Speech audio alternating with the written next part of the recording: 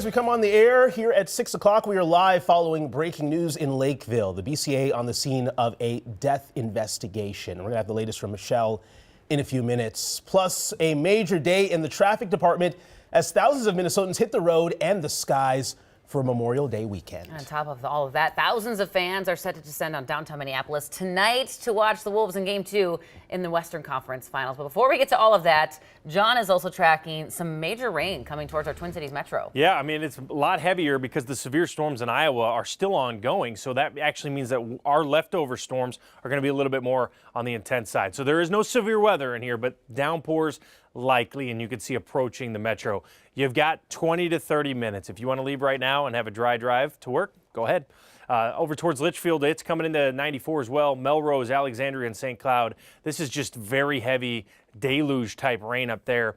Now, it doesn't look as heavy, but it's coming into Waconia and Shakopee, so it's going to be 169, 212, and 5. Those are your roads that are picking up the rain first, and then we'll see this eventually move east over towards 35E and getting up to 35W. So if you're in Woodbury, Forest Lake stretch, Lino Lakes, that would be the area, Hastings, that has the most time. You might have 40 to 45 minutes up there. And then, of course, going up towards North Branch and places like that, you might have an hour. So, Cece, about to get active on the roads. Oh, for sure. And I'll definitely be looking at live cams to show you when stretches of your area will have those wet roads and how that'll impact commute. We do see more crashes when that rain comes, so I'll alert you if you need to leave early. Right now, we're talking about holiday travel, too. You can see this is 494 Bloomington right before you hit the airport. We can see that stretch looking really great. Not a lot of cars out on the road. So if you're headed to the airport, this would be a really great time to go. Even a few minutes ago, I checked terminal wait times. They're about 25 minutes. So all smooth at the airport as well.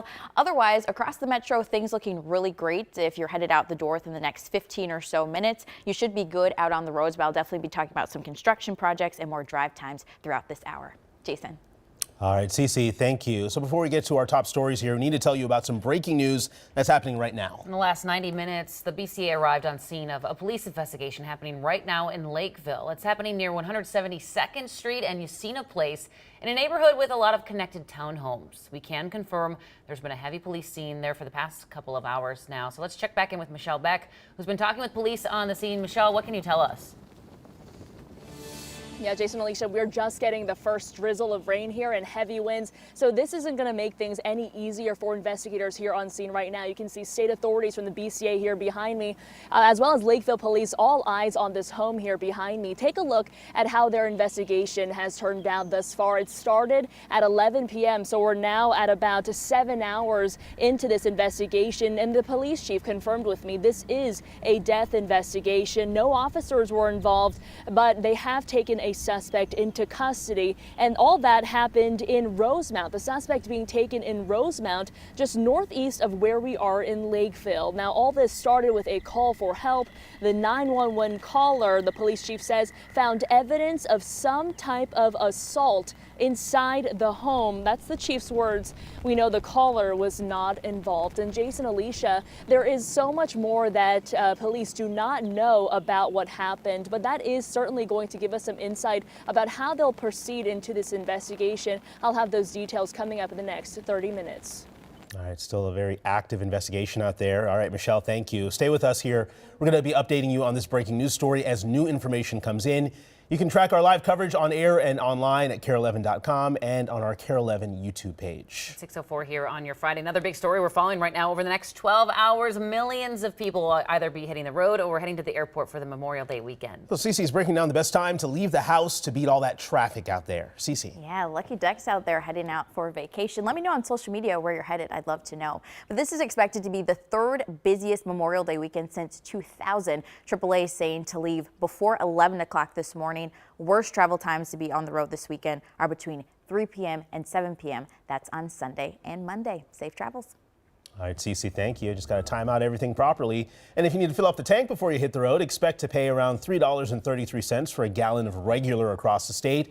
AAA just released these new averages about an hour ago. If you have a 16-gallon tank, you're going to pay about $53 to fill up. In places like Hennepin and Ramsey County, expect to pay a few cents more. Let's take you live to the airport. So many of you. Check it out. Wow. It is packed at Terminal 2 at MSP. The lines incredibly long this morning. TSA says today is going to be the busiest, and we're already seeing that with nearly 3 million people flying across the country. Security wait times right now, if you do have a flight to catch this morning, 20 minutes in Terminal 1 and 25 minutes at Terminal 2. They say arrive 2 hours early for domestic flights, 3 hours for international. Those wait times just keep going up throughout the morning here. All right, well, to add to traffic congestion, tens of thousands of people will be heading to downtown Minneapolis to watch Game 2 between the Wolves and the Mavs tonight. Yeah, Audrey Russo is live outside the Target Center where the real party is kicking off in just a few hours. Audrey.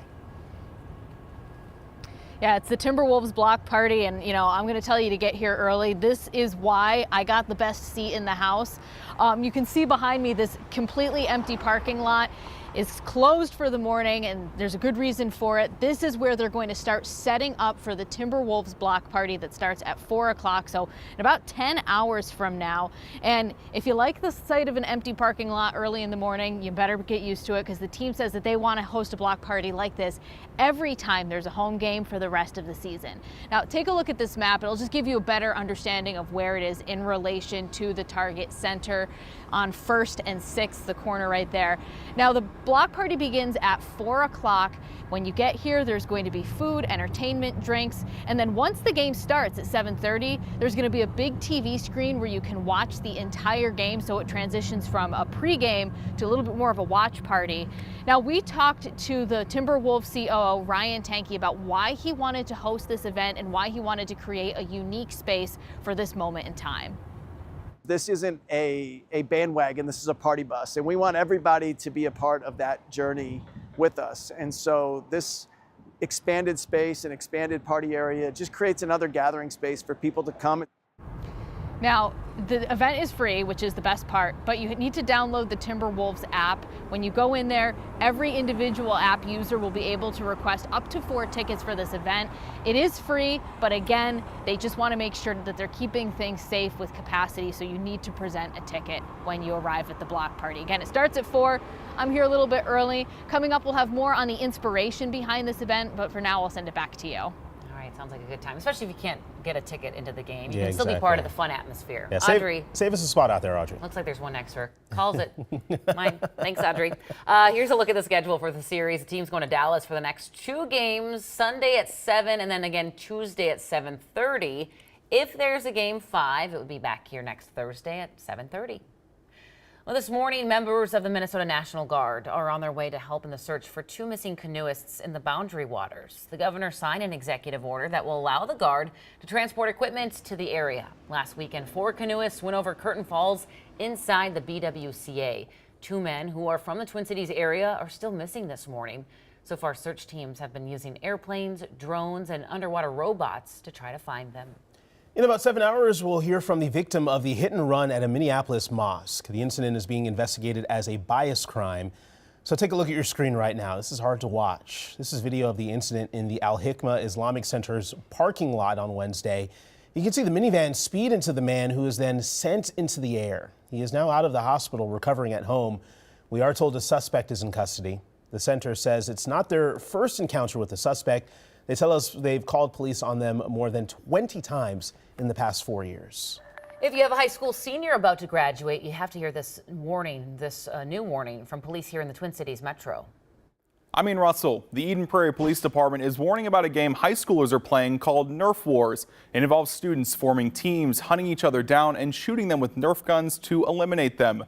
The warning comes after the department received 11 calls in the past few days about reckless driving, speeding, and disobeying traffic laws. Remember, in 2015, 2 Lakeville teens were killed after they were thrown from a pickup truck while playing the game.